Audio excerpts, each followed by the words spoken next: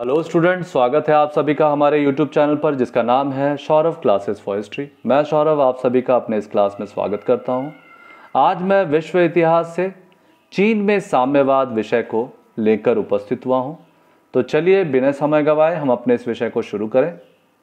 प्रथम विश्व युद्ध की समाप्ति पर संपन्न हुए पेरिस सम्मेलन में पश्चिमी राष्ट्रों के व्यवहार से चीन क्षुब्ध था। चीन की जनता को ऐसा अनुभव होने लगा कि चीन का कल्याण बोल्शेविक विचारधारा को अपनाने में ही है। इसलिए चीन की जनता साम्यवाद की ओर आकृष्ट हुई। चीन में 1919 में माओ त्से तुंग ने साम्यवादी दल की स्थापना की। इस दल की शाखाएं कैंटन, संघाई तथा यूनान में स्थापित की गईं। साम्यवादी विचारधारा के प्रचार तथा चीन को विदेशी आधिपत्य से मुक्ति दिलाने की घोषणा ने चीनी जनता को अपनी ओर आकृष्ट किया। सन्यास सेन की मृत्यु के बाद कुओमितांग दल और चीन की साम्यवादी पार्टी के बीच गृह युद्ध शुरू हो गया। इस गृह युद्ध में कुओमितांग दल का नेतृत्व चांग काई शेक कर रहे थे, जबकि साम्यवादी पार्टी का नेतृत्व माओ त्से तुंग कर रहे थे। इसी बीच चीन पर जब जापान ने आक्रमण कर दिया तो चीन की इन दोनों पार्टियां एक होकर उनका सामना किया, किंतु यह समझौता अधिक दिनों तक ना रहा। द्वितीय विश्व युद्ध के समय चीन में 3 तरह की सरकारें थी। मंचूरिया में पृथक राज्य चांग काई शेक के नेतृत्व में राष्ट्रीय सरकार तथा तीसरी सरकार का नेतृत्व माओ त्से तुंग कर रहे थे। माओ त्से तुंग की साम्यवादी सरकार राष्ट्रीय सरकार की अधीनता में रहते हुए जापान के विरुद्ध युद्ध में सहयोग देने को तैयार थी, पर राष्ट्रीय सरकार चीन की आंतरिक राजनीति को अधिक महत्व देता था। इस विकट स्थिति में साम्यवादी सरकार चाहती थी कि जापान के विरुद्ध युद्ध में राष्ट्रीय सरकार के साथ सहयोग करे, किंतु चांग काई शेक और कुओमितांग दल के सदस्य साम्यवादियों के साथ सहयोग की अपेक्षा उनके विरुद्ध संघर्ष को अधिक महत्व देते थे और उन्होंने जापान के विरुद्ध युद्ध में ना लगकर साम्यवादियों के विरुद्ध अपनी शक्ति का प्रयोग या उपयोग कर रहे थे। जापान की पराजय और जापानी सेनाओं के वहां से खदेड़ दिए जाने के बाद चीन में गृह युद्ध फिर शुरू हो गया। अमेरिका ने चांग काई शेक की बहुत सहायता दी।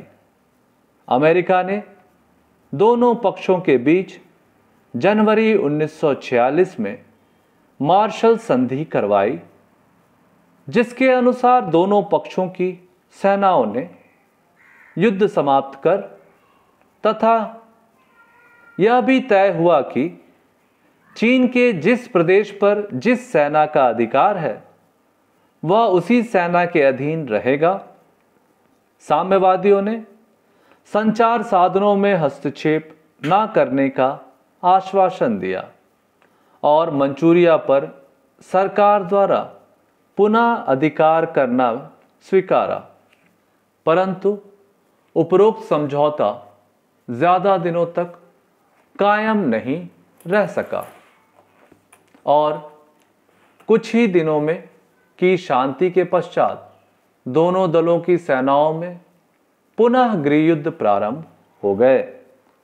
नवंबर 1946 में चांग काई शेक ने देश के लिए नए शासन का निर्माण करने के लिए एक राष्ट्रीय महासभा का आयोजन किया, किंतु साम्यवादी दल ने इसका विरोध किया।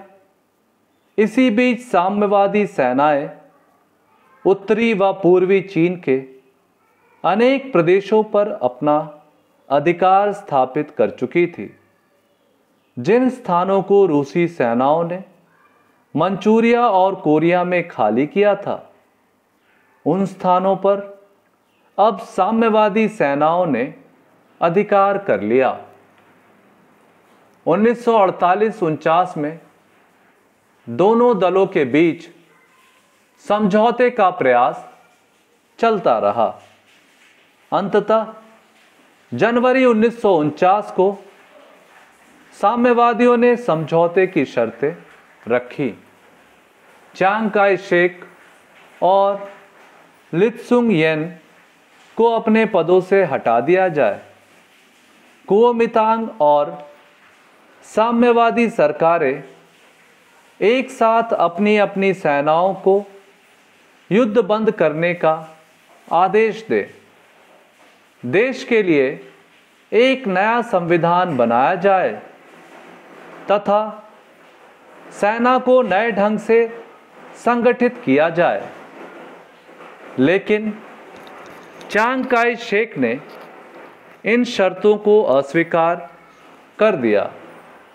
अमेरिका भी इस स्थिति में नहीं था कि चीन के गृह युद्ध में खुले रूप से सहायता दे सके, क्योंकि रूस द्वारा साम्यवादियों का पक्ष लेने का भय था। इन विकट परिस्थितियों में शेख ने जनवरी 1949 को अपने सरकार का भार उपराष्ट्रपति लित्सुंग येन को सौंप दिया। अब वह नाम मात्र का राष्ट्रपति बना रहा। समझौते की बातचीत शुरू होने से पहले साम्यवादी सेनाएं टिनसिन और पेकिंग पर अधिकार स्थापित कर चुकी थी।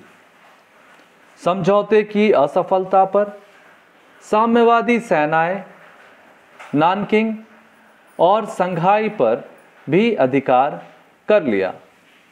आगे चलकर हैंको तथा कैंटन पर भी उसका प्रभुत्व स्थापित हो गया। 1949 तक साम्यवादियों ने 6 पूर्णतया मुक्त क्षेत्रों पर अधिकार स्थापित कर लिया था। इन राजनीतिक और प्रशासकीय अधिकारों के अंतर्गत चीन में किसी ऐसी साम्यवादी सरकार की स्थापना नहीं हो सकी थी जो विदेशी शक्तियों से अपनी मान्यता की मांग करे। जनता ने नए साम्यवादी सलाहकार सम्मेलन द्वारा किए गए निर्णयों की घोषणा की। 1 अक्टूबर को की गई। इस घोषणा के द्वारा साम्यवादियों ने पीकिंग में लोक गणराज्य की स्थापना की और सोवियत संघ ने इस नए तंत्र को चीन की सरकार के रूप में मान्यता दी।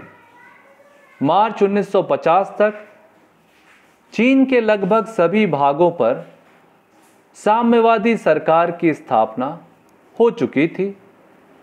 इस प्रकार 1 अक्टूबर 1949 को चीन में जनतंत्र की घोषणा की गई और माओ त्से तुंग के नेतृत्व में कम्युनिस्ट पार्टी ने शासन संभाला।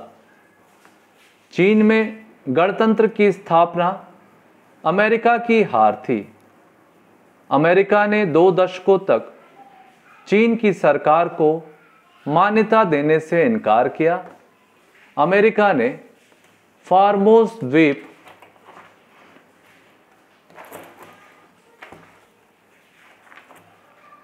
जहां साम्यवादी अधिकार नहीं था में चांग काई शेक की सरकार को मान्यता दे दी। कुओमितांग का प्रशासन अकुशल था।